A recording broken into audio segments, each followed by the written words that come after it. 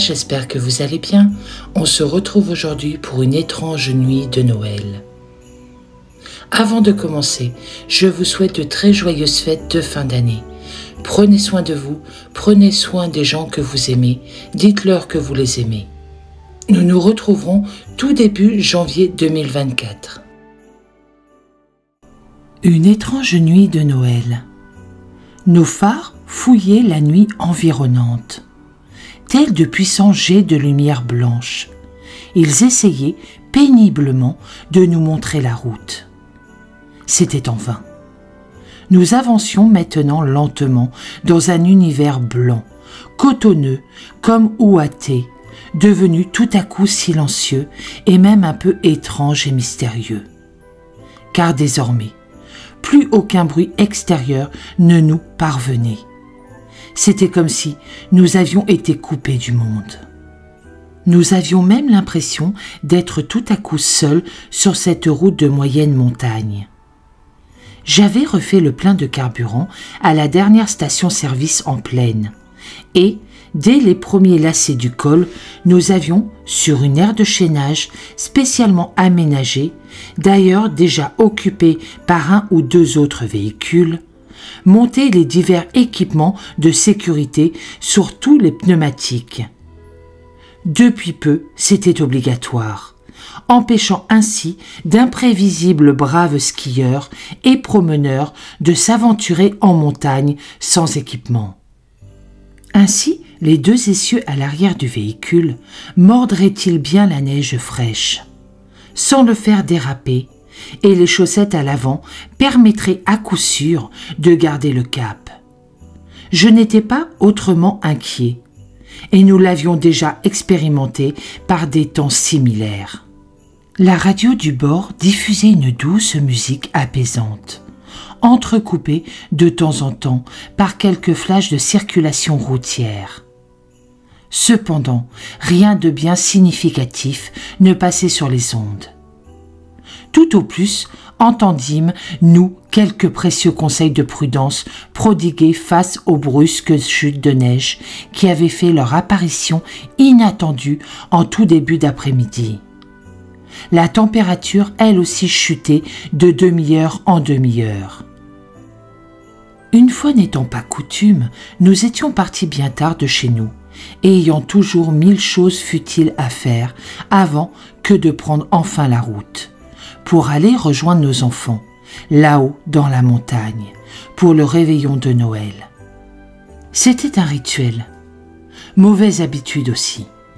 Oh, ce n'est que pas que la route fut bien longue pour nous, il y avait un peu plus de 100 km en tout. Mais ce petit col de moyenne montagne, à franchir, nous inquiétait quand même un peu.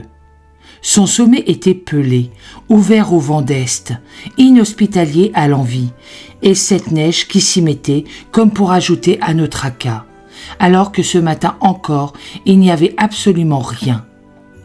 Ne nous disait rien de bon. Déjà, les premiers lacets s'enchaînaient en courbes régulières, et nous montions doucement en altitude.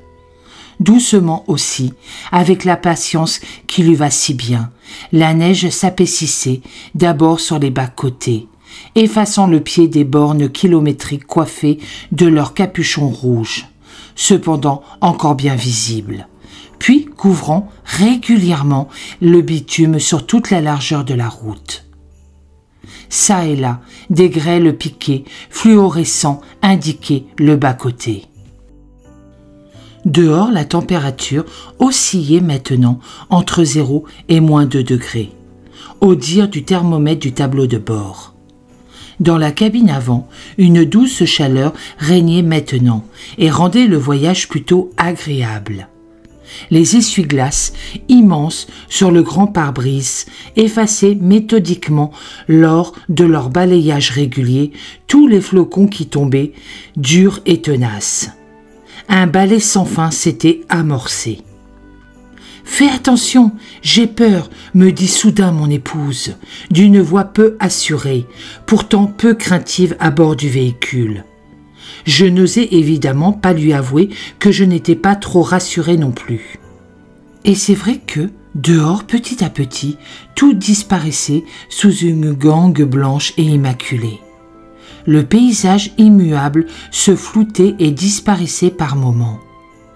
Nous avions laissé derrière nous le dernier petit hameau, la Grange-Loup, avant de nous engager résolument dans la grande forêt des mélèzes et de sapins, forêt qui partait à l'assaut du col de Pare et d'autres de la route bitumée. Sans nul doute étions-nous seuls désormais sur cette route de montagne, car aussi loin que portait notre vue, nous avions beau scruter l'horizon, nous n'apercevions aucun reflet de phare, de véhicule, ni devant nous, ni derrière nous, fût-ce au loin. Déjà que la route était peu empruntée d'habitude, mais, de surcroît, un après-midi de réveillon de Noël, cela n'avait rien de surprenant. Tout à coup, alors qu'il n'était même pas 4 heures de l'après-midi, la visibilité diminua encore et le ciel s'assombrit progressivement. Un brouillard tout d'abord fin et poisseux, puis très vite plus épais, moins vaporeux, tomba sur nous et nous enveloppa. Désormais, j'avais du mal à distinguer les bords de la chaussée et notre vitesse diminua elle aussi. L'ajout des phares additionnels n'y fit rien. À croire que le monde s'était endormi, qu'il s'était arrêté de vivre, de respirer. Le temps fuyait devant nous. Où étions-nous? Combien de kilomètres avions-nous déjà parcourus depuis le départ de la maison? Et combien nous restait-il à faire encore? Serions-nous en retard pour admirer le beau sapin de la montagne, dressé comme chaque année sur le balcon, éclairé de 1000 feux, avec tout autour les petits-enfants trépignant d'impatience? À un moment donné, le GPS lui aussi se résolut à baisser la garde et finit par rendre les armes. Il se contente de nous présenter son seul écran vert. Nous étions bel et bien perdus dans la grande forêt. Je savais que nous avions atteint le plateau, car nous montions plus. Le sommet vanté et son typique chalet touristique, vendant des cartes postales et des glaces l'été, ne devaient plus guère être loin. Plusieurs sections de route étaient d'ailleurs devenues rectilignes. Nous connaissions suffisamment bien les lieux pour y randonner régulièrement en été, dérangeant ici une marmotte, là un balbuzard sagement posé. Tout à coup, sans que je ne puisse rien faire, le véhicule dérapa doucement sur sa droite, se laissa entraîner, toujours à vitesse réduite, vers une petite sente forestière que nous découvrîmes au dernier moment. Toute manœuvre de ma part s'avéra en fait inutile. Il était sage de laisser faire. Les secondes nous paraissaient éternelles, mais presque aussitôt, le véhicule s'immobilisa lentement, sans bruit aucun, tout en douceur, comme si la neige l'avait retenu dans sa course insensée. « Où vas-tu donc ?» Sur le coup, mon épouse a eu le souffle coupé, se crispant sur les larges repose-bras de son siège. Mais rien de grave ne survint cependant. Je me résolus à aller voir. Rapidement désanglé, je revêtis un pullover chaud et épais et sortis dans la nuit, avec à la main une puissante torche électrique. Ce qui me surprit le premier, ce fut ce silence religieux, absolu, ce silence cristallin qui nous envahit au nez. Pas le moindre souffle de vent, pas le plus petit feuillement émis par un rapace ou une chouette, pas de brise, même infime, qui agiterait les branches des mélèzes, ployant sous la neige. Non, rien que ce silence absolu, ce silence de cathédrale. Le temps paraissait comme en suspens. Le lourd véhicule était partiellement engagé dans cette petite sente forestière que nous avions entreaperçue au dernier moment. Et il n'y avait pas eu de chute ou d'accident, tout juste cette petite glissade involontaire sur ce layon forestier non signalé. Néanmoins, il était clair que nous ne réussirions pas à nous dégager seuls de ce mauvais pas. Il faudrait appeler des secours, solliciter nos enfants aussi, peut-être même recourir à une dépanneuse ou encore déranger un paysan local qui viendrait nous sortir de là avec un tracteur et une lourde chaîne. Prudents et avisés, nous avions toujours des lampes de secours avec nous et, dans un astucieux placard, quelques belles bougies de secours dont nous nous servimes. Alors que tout paraissait maintenant arrêté, comme figé dans le temps et dans l'espace, nous aperçûmes soudain un reflet. Cela avait d'abord duré 1 seconde, puis 2. Une lueur brillait au loin, là-bas, au bout de ce chemin. D'où je me trouvais, je ne savais évaluer la distance exacte, mais je la voyais briller et danser. Faiblarde parfois masquée par une bourrasque de neige ou une branche qui se secouait de sa charge, elle était néanmoins là. Lorsque mon épouse m'eut rejointe, nous décidâmes d'aller y voir de plus près. Ce n'était pas, nous en étions sûrs, la saison des charbonniers, habituel coureur de ces bois perdus, qu'il prisait pour la qualité des essences des arbres. L'humidité et la neige auraient en effet tôt fait d'éteindre leur feu à combustion lente et d'annihiler ainsi tous leurs travaux lents et méticuleux. Il était tout aussi improbable que ce fût quelques voleurs de grands chemins. Nous étions sur une petite route départementale, seulement utilisée occasionnellement par de braves gens comme nous qui ne transportaient jamais aucun trésor. Alors, d'un pas décidé, le véhicule maintenant éteint et signalé d'un feu rouge à l'arrière, nous nous engageâmes dans la sente, sous les mélèzes, anorak jeté sur les épaules et bonnet de laine visé sur la tête. La nuit était maintenant entièrement tombée, mais la lueur tremblotante, au loin, nous guidait sans trop de difficulté. Nous les éclairions de nos torches. Après quelques pas seulement, alors qu'au départ nous l'avions crue plus lointaine, une massure en bois nous apparut soudain. C'était une maison basse, tout en rondins de bois, épaisse et massive d'allure, bâtie sur un seul niveau. L'ensemble faisait solide et robuste.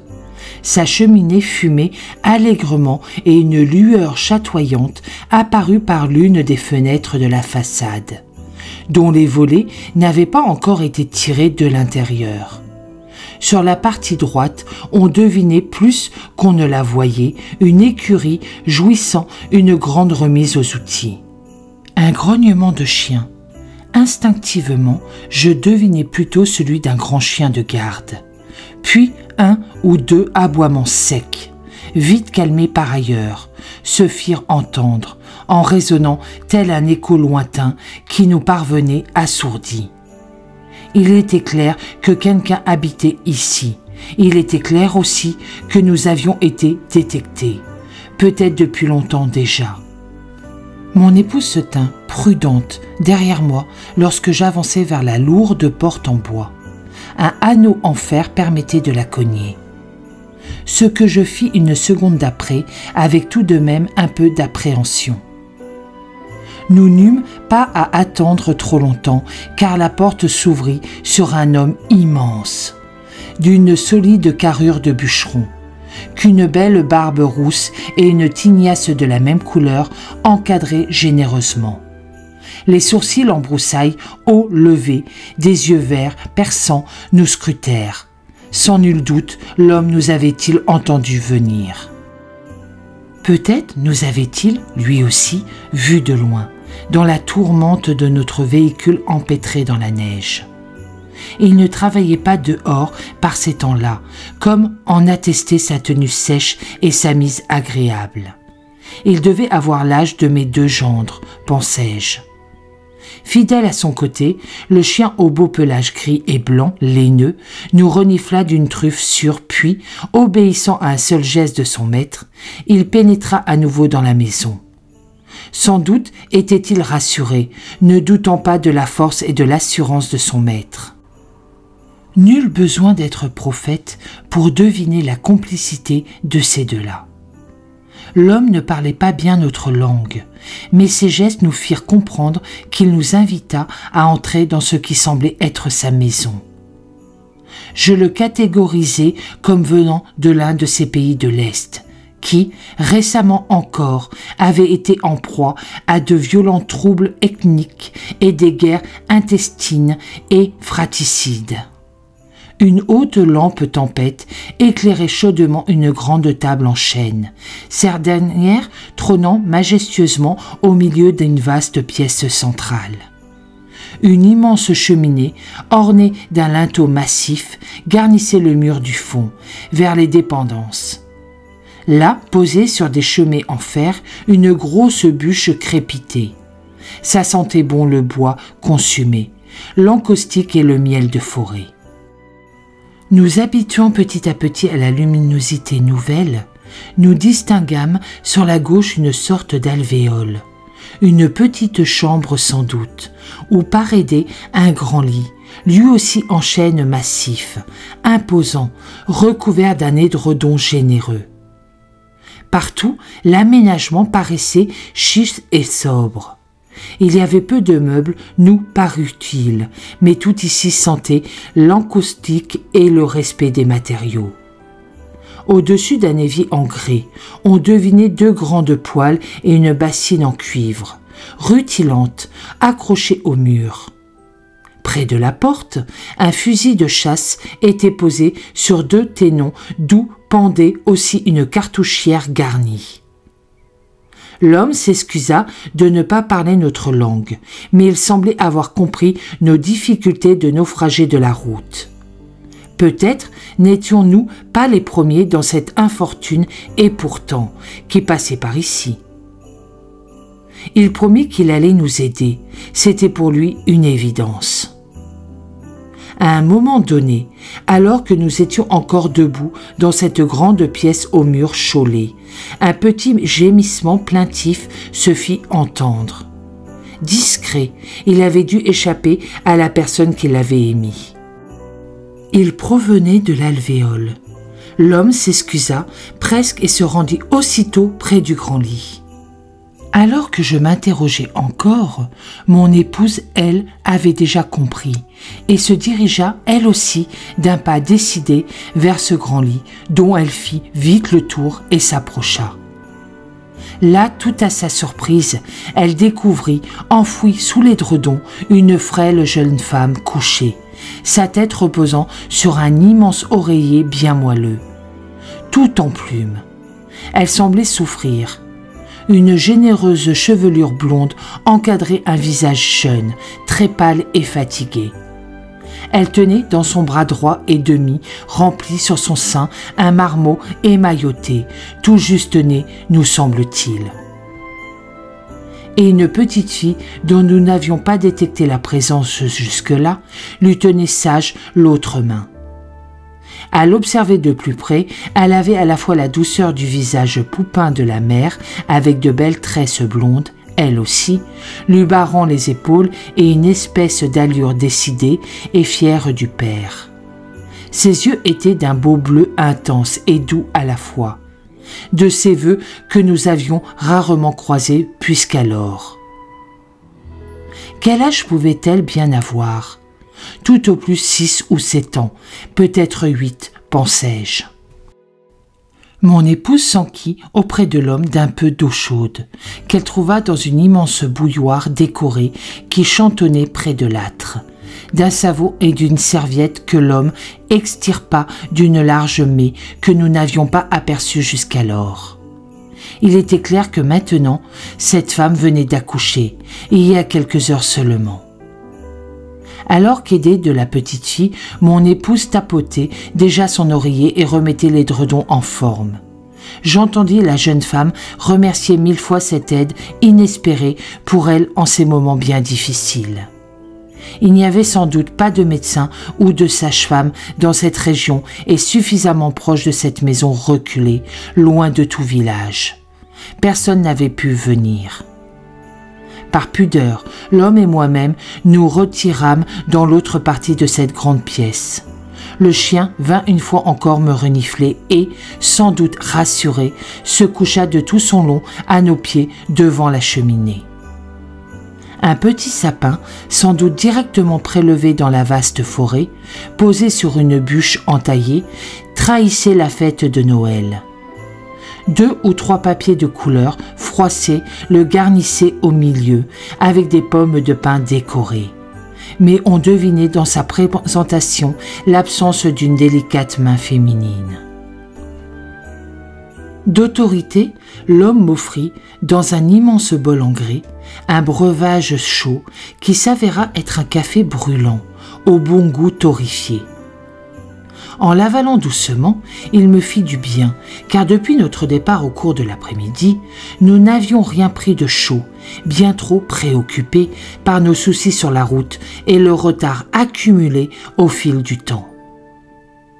L'homme me fit comprendre que, la nuit maintenant entièrement tombée, le vent allait sans doute se lever et la neige continuer à tomber, plus drue encore, plus épaisse et plus collante. Il ne lui apparaissait pas très prudent de nous laisser repartir ainsi, dans ce désert de neige. Avec son épouse qui hocha d'un petit signe de tête discret et la petite fille qui tapait des mains, il nous offrit l'hospitalité pour quelques heures à tout le moins. Sans doute était-ce pour eux, en tout cas nous le comprîmes intuitivement comme cela, une valeur sacrée de leur culture et de leur éducation. L'entraide, l'hospitalité, le coup de main, l'assistance devraient être des vertus cardinales chez eux. Quant à nous, nous ne savions pas encore quelle attitude adopter. À l'évidence, refuser même poliment serait les insulter. Et adieu l'aide promise. À un moment donné, après moultes efforts, nous pûmes quand même prévenir, difficilement car le son était sans cesse haché, nos enfants. Le téléphone ne taisant bien trop souvent, lui aussi, en cette étrange soirée de Noël. Puis, ceci fait, un très court palabre improvisé eut lieu entre mon épouse et moi-même, devant l'homme et la petite fille interloqués. De la main, je lui fis signe que je retournerai au camping-car et que je reviendrai à l'issue. Ce ne serait pas très long. Il comprit et acquiesça d'un large sourire. Prenant la main de la petite fille, mon épouse s'en retourna auprès de la couchée qu'elle allait rassurer, soigner et veiller un instant encore. L'enfant nouveau-né, repu, dormait déjà d'un sommeil d'ange. Le sourire de la jeune mère la récompensa de ses efforts. Je ressortis dans la nuit, froide et ténébreuse. Il neigeait toujours. Par moments, des flocons entremêlés de fines glaces dansaient devant mes yeux brillants et un méchant blizzard venait de se lever de l'est. L'homme avait raison. Repartir là serait pure folie. Alors que j'écoutais seulement la météo à la radio ou à la télévision, croyant ainsi tout savoir, lui, depuis la nuit des temps, parlait sans doute à la nature et aux éléments. Écoutait les animaux, les observait silencieusement. Il le prévenait toujours, le conseillait, le mettait en garde, lui qui comprenait et les respectait. Je retrouvai vite nos pas, laissés telle une trace fraîche, dans le layon et m'en revins au camping-car. Il était vrai que ce n'était guère loin, mais pourtant alors n'avions-nous pas vu cette maison avant? Pourquoi, connaissant la région, ne l'avions jamais repérée? Cela restera toujours un mystère. Lorsque je m'en revins enfin vers la maison, les bras lourdement chargés et en déséquilibre certain, traînant et tirant de surcroît plusieurs sacs, l'homme, en m'ouvrant, fut un rien surpris. En un tour de main, notre petit sapin pliant, orné de boules multicolores et de quelques petites bougies, trouva sa place sur un tabouret en bois clair, lui aussi taillé par le bûcheron, juste sous la fenêtre que de jolis petits rideaux à carreaux ornés. Nous ne les avions tout d'abord pas remarqués, mais ils manifestaient un goût certain de la maîtresse de maison. Sur la grande table, je posais d'autorité, sinon il n'aurait pas été accepté de nos hôtes, je m'en doutais bien, notre immense panier du marché, en osier tressé, garni de toutes sortes de virtuailles de fête. Ce lourd panier avait été préparé ce midi pour la cuisine de nos enfants et devait, à terme, garnir la table familiale lors du réveillon. Mon épouse, aidée maintenant de la petite fille, qui visiblement prenait du plaisir à la seconder, dressa une table avec les couverts et les plats que l'homme avait extraits d'un imposant vaisselier mural. 2 ou 3 branches de houx et du gui égavèrent la table de fête en son milieu. Ici et là, des bougies de fête figées dans des verres brillaient déjà de leur scintillant doré. Je sortis du panier ce qui, aux yeux de nos hôtes, ressemblait à des trésors de gastronomie, inaccessibles pour eux, gens de peu de bien, gens frustres et simples, mais gens bons et généreux. Assurément, le foie gras emplit la pièce de son doux parfum, agrémenté d'un confit de figues. Le saumon rivalisa d'odeurs iodées avec des fruits de mer, gardés sur de la glace.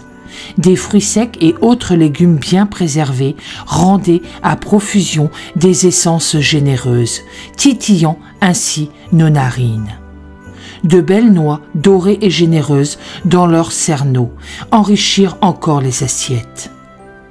Dans l'âtre, un chapon grillait maintenant doucement en chantonnant, à côté de pommes de terre dorées qui frétillaient dans leur jus. L'homme avait passé à mon épouse une poêle de champignons de la forêt, fruit qu'il était allé cueillir le jour même. Avant de passer à table, nous déballâmes aussi la grande hotte du Père Noël, cette même hotte que j'avais traînée derrière moi depuis la soute du camping-car. Elle recelait, elle aussi, des trésors inestimables, trésors initialement destinés à d'autres, mais que nous avions décidé d'offrir à nos hôtes. Car les menus petits cadeaux, destinés à nos enfants et petits-enfants, qu'ils avaient trouvés tout à l'heure dans leur assiette et sur leur chaise, à leur insu, avaient émerveillé et ému ces braves gens. Cette fête de Noël tombait du ciel pour eux.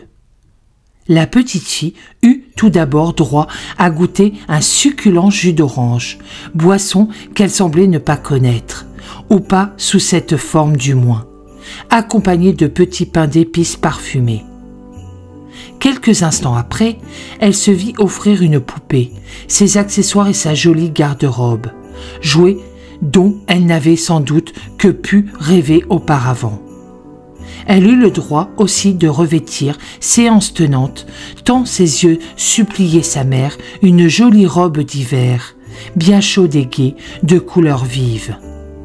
Des crayons de couleur et des albums finirent de la ravir.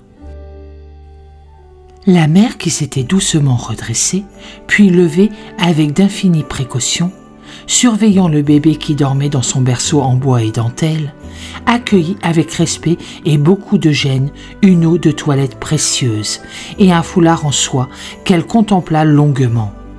Cadeau pour nous, trésor pour elle. L'homme accepta, le rouge aux joues, un geste de dénégation tenté de la main, une belle pipe en bois, accompagnée d'un tabac blond, objet dont l'un de mes gendres raffolait, le tout accompagné d'un artisanal couteau pliant dans son étui. Cette pipe remplacera sûrement, lors des longues veillées d'hiver, ce petit chalumeau brut, souvent éteint, qu'il mâchonnait à tout va et que je lui avais découvert tout à l'heure en entrant.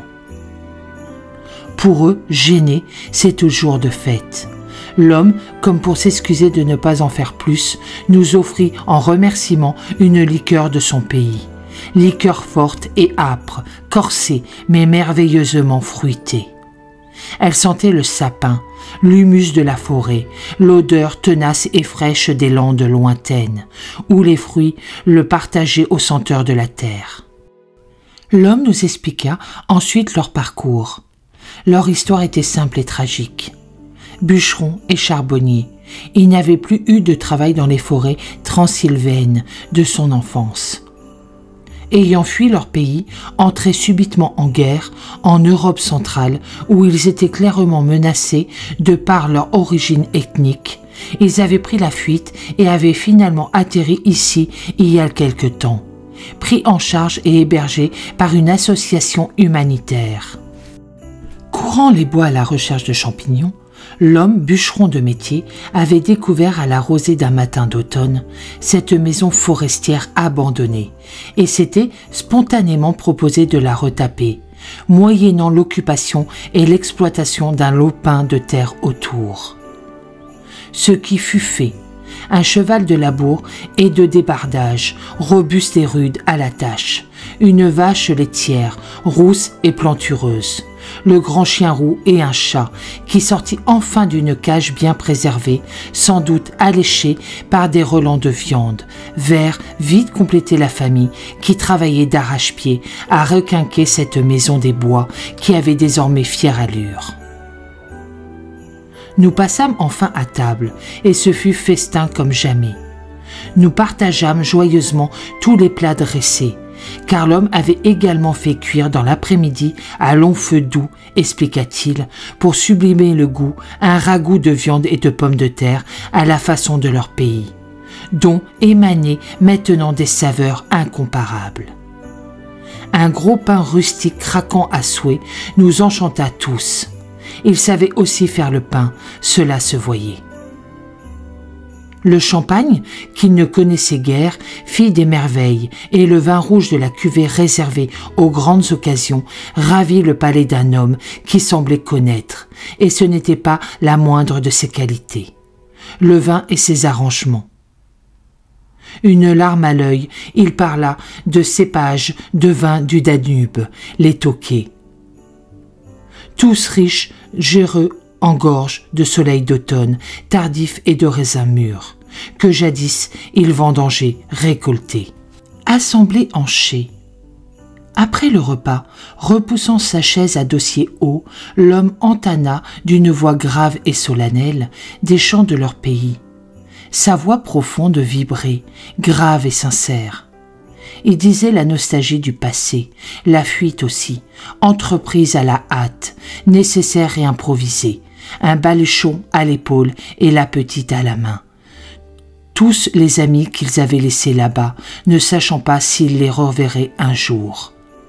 L'épouse l'accompagna en murmurant des mélodies retenues. Notre petit poste radio qui nous suivait partout, nous, aventuriers dans l'âme, déclama une messe de minuit à nul autre pareille, retransmise depuis une lointaine abbaye provinciale. Nous sentions poindre dans leurs regards et leurs doigts serrer la foi de ces gens-là. 1h du matin venait de sonner sur la grande comptoise à pois posée dans l'entrée. Ils étaient maintenant largement temps de nous séparer. C'est bien à contre-cœur que l'homme nous laissa repartir vers le camping-car, contre une ferme promesse de venir boire une tasse de lait bien chaud dès demain matin, chose promise. Avant de nous séparer, nous nous embrassâmes encore, une compréhension profonde, teintée de respect et d'humilité, nous enveloppa tous. Même la nuit s'accorda à nous. Soirée à jamais gravée dans nos mémoires. Soirée où tout n'avait été que calme et volupté, silence et respect. Dehors, il ne neigeait plus. Tout était gelé et la neige crisait maintenant sous nos pieds bien chaussés. La nuit était glaciale. Dans le ciel, des myriades d'étoiles scintillaient. C'était magnifique. Un instant égoïste, nous pensâmes à nos enfants, prévenus finalement de ne plus nous attendre. Qu'avaient-ils pu penser de nous, qui nous loupions pourtant jamais un réveillon avec eux et les petits-enfants?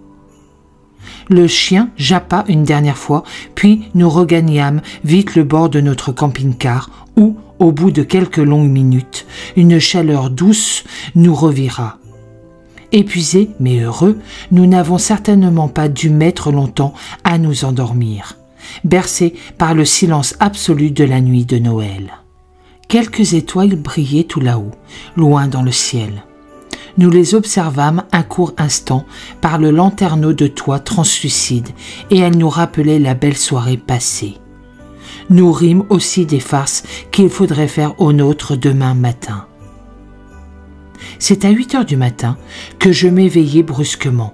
Un beau soleil d'hiver inondait maintenant la forêt alentour, où les mélèzes majestueux déployaient, tels des bras, leurs branches recouvertes de neige poudreuse qu'un petit vent faisait tournoyer. Encore le silence partout.